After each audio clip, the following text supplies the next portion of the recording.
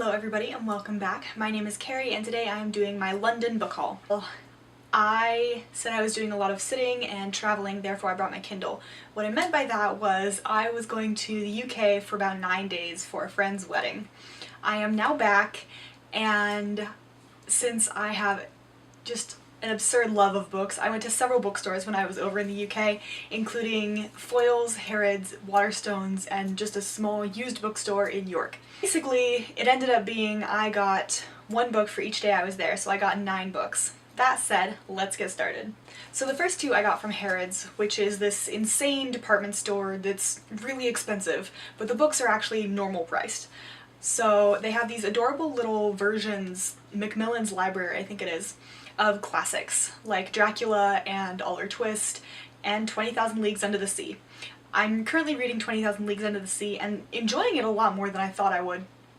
So I wanted to get this version of it because it's cute, it's small, I like the cover, and it's got gold gilt pages, as well as actually illustrations inside of it. So I got this one at Harrods, and then I also got Thomas Cromwell by Tracy Bowman. I got this book primarily because anything to do with the Tudors is right up my alley and I love it. I don't know a lot about Thomas Cromwell beyond that he was a lawyer and he lost his head like so many other Thomases before him. That's all I know. This is a non-fiction book, but I'm really excited to learn more about Thomas Cromwell. The next day I went to Foyles bookstore, which is this huge, well-known bookstore in London. I went there a couple years ago with my friend Katie when we went to Europe together, and we just had the best time there because, I mean, it's a 5-story bookstore, in case I didn't mention that. Literally 5 stories of books, and they've got a cafe on top. It's fantastic.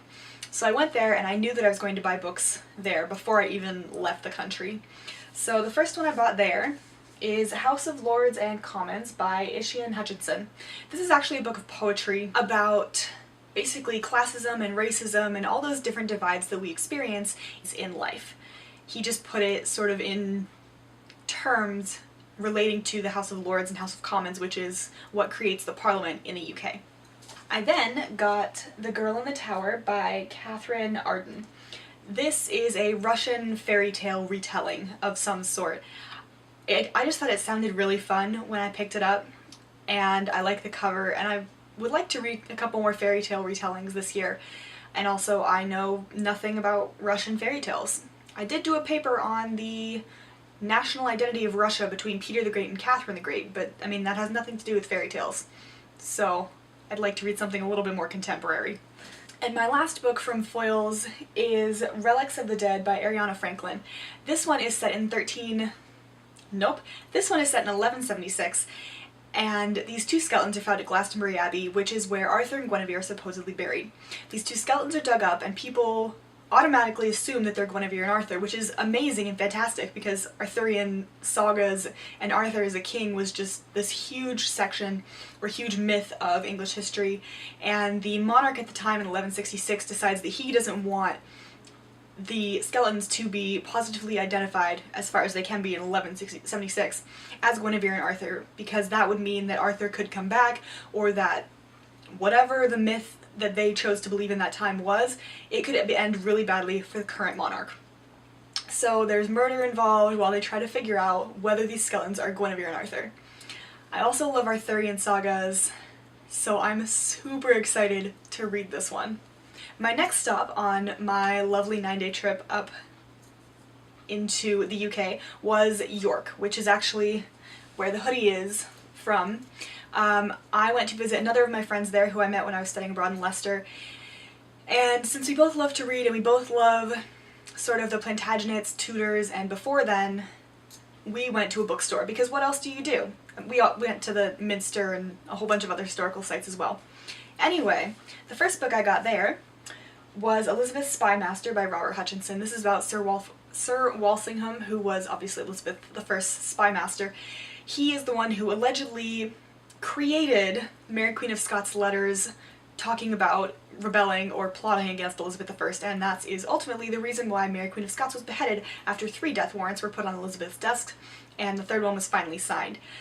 People have, I think, somewhat sharply divisive ideas on Walsingham because some people choose to believe that he was just this horrible person who plotted everything and created the downfalls of certain people, namely Mary Queen of Scots, and then some people just kind of go, well, yeah, but he was also a spymaster, this was the 1500s, that made sense, that was how politics worked.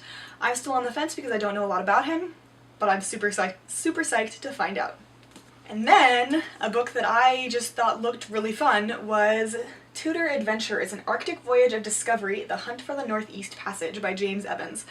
First things first, I had no idea that a Northeast Passage was even a thing. The Northwest Passage, sure, I knew that, you know, Henry Cabot and all those people going up and around, and not that that worked out because there's no such thing as a Northwest Passage, but apparently there's a thing such as a Northeast Passage, and I realize I'm talking really, really fast, I'm sorry.